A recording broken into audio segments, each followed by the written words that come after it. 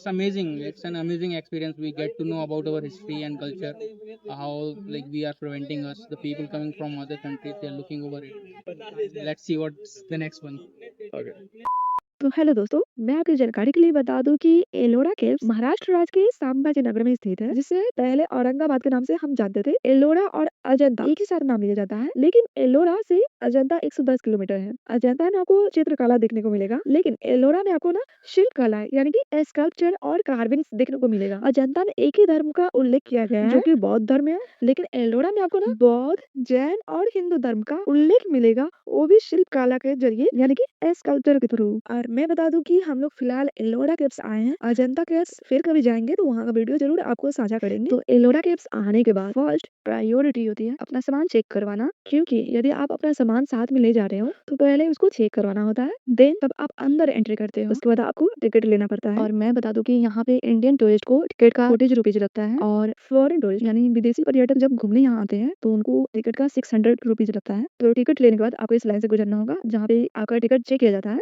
Then after अब आप आराम से एलोरा केव्स एक्सप्लोर कर सकते हो। और आपको यहाँ पे एक वाहन दिख रहा है, यदि आप चल नहीं पा रहे हो, थक जा रहे हो, तो आप इस वाहन के थ्रू भी घूम सकते हो, बट इसका चार्ज अलग से लगता है। सन 1819 में 1819 में जब ब्रिटिश सरकार का शासनकाल था, तब एलापुरम से एलोरा नाम रखा गया। ऐसा कहा जाता है कि 1819 में 1890 में एक जॉन स्मिथ नाम का आदमी यहाँ पे शिकार करने आया था, तब उसे एक गुफा दिखा था। 1983 में 1983 में यूनेस्को द्वारा वर्ल्ड हेरिटेज यानी कि विश्व विरासत स्थल की सूची में शामिल किया गया। यहाँ पे अप्रॉक्स 100 केव्स है, जिसमें से 34 टूरिस्ट के लिए खुला रहता है, और इसकी टाइमिंग है सुबह के 6 बजे से लेकर शाम के 6 बजे तक, और हाँ, मंगलवार को बंद रहती है। तो ये रही एलोरा गुफा का एंट्री गेट। और मैं बता दूं कि आज से अरबों साल पहले जब धरती से लावा निकला था, तो समय के साथ ठंडा होने पे वो पूरे पश्चिम भारत में बेसाल्ट रॉक का विशाल पहाड़ बन गए, जिसे हम डेक्कन ट्रैप्स से कहते हैं। और मैं बता दूं कि बेसाल्ट रॉक ग्रेनाइट जितना ही हार्ड होता है, क्योंकि ग्रेनाइट जो है वो साधारण मशीन से नहीं कटता, उसको काटने के लिए ना वाटर जेट कटिंग मशीन का इस्तेमाल होता है। और मैं इसलिए आपको बता रही क्योंकि इस मंदिर का निर्माण 24वीं शताब्दी से 10वीं शताब्दी के बीच का माना जाता है। तो आप समझ सकते हैं ये जो सारा वर्क हुआ है उसमें कोई मशीन नहीं थी, और ये सारा काम हैमर एंड चिसेल यानी कि छेनी और हथौड़ी से हुआ है। यह एक मोनोलिथिक टेम्पल मतलब एक ही पहाड़ को काट कर बनाया गया है। और आप अनुमान लगा सकते हैं जो हमारे पूर्वज थे उनके सोचने की और करने का जो क्षमता इतनी तीव्र थी, मतलब एक पहाड़ को काट कर भव्य अविश्वसनीय मंदिर बना दिया। और आपको ये जानकर हैरानी होगी कि ये मंदिर ऊपर से नीचे बना है, मतलब पहाड़ को ऊपर से काट कर नीचे तराशा गया है, नक्काशी दिया गया है, बहुत ही ज्यादा अद्भुत है। और मैं बता दूं कि कुछ रिसर्चर्स का मत यह है कि इंसानों की वश की बात नहीं है, मतलब जिस तरह से इस मंदिर को स्कल्पचर के थ्रू तराशा गया है ना, रिसर्चर को सोचने पे विवश कर दिया है कि ये काम इंसानों का नहीं बल्कि एलियंस का है, और यह मंदिर का निर्माण एलियंस ने किया है। एलोरा केव्स में 34 केव्स बौद्ध, हिंदू और जैन धर्म को प्रेजेंट करता है। नंबर 1 से नंबर 12 तक बौद्ध धर्म का केव्स है, नंबर 13 से 29 तक हिंदू धर्म की केव्स है, और नंबर 30 से 34 तक जैन धर्म का केव्स है।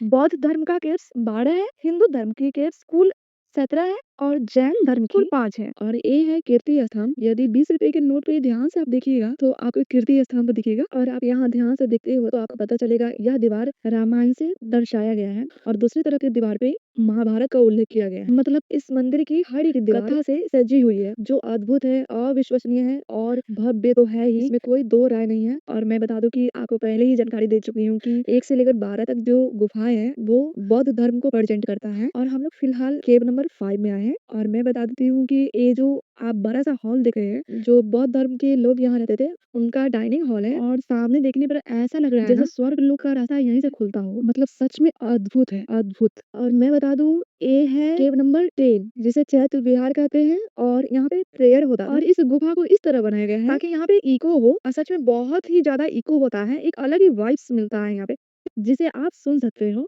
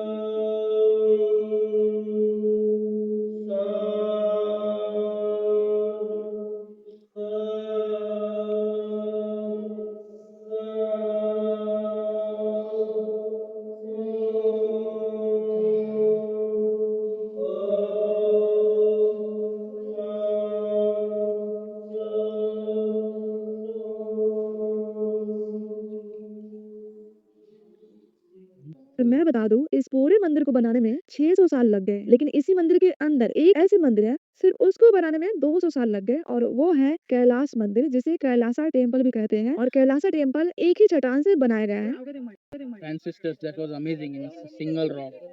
So apart from that, like I have seen they have promoted Jainism at that time in ancient time, and a lot of sculptures regarding our gods, uh, that is showcasing something, that is expressing something, that is the way of expressing, the part of Mahabharata also there, it was encrypted on the rocks. So like it's amazing, it's an amazing experience. We get to know about our history and culture, how like we are preventing us, the people coming from other countries, they're looking over it, so they get to know about our culture, what we were and how we were. So this is how we also just enjoyed a lot. We are just closing it up, and we are going for another. Let's see what's the next one. Okay.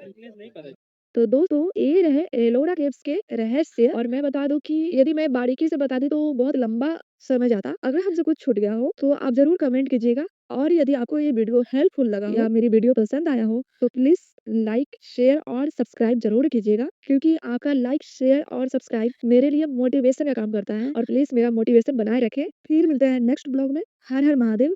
धन्यवाद।